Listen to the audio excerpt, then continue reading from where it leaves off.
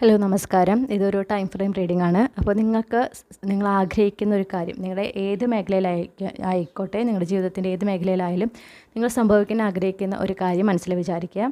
എന്നിട്ട് ഇതിൽ നിന്ന് ഒരു കാർഡ് സെലക്ട് ചെയ്യാം. ഓക്കെ, ഇത് ഓപ്ഷൻ 1, ഇത് ഓപ്ഷൻ 2. നമുക്കപ്പോൾ നോക്കാം എത്ര സമയത്തിനുള്ളിൽ ഈ പറഞ്ഞ കാര്യം നടക്കും എന്നുള്ളത്. അപ്പോൾ ഓപ്ഷൻ 1ൻ്റെ ആൻസർ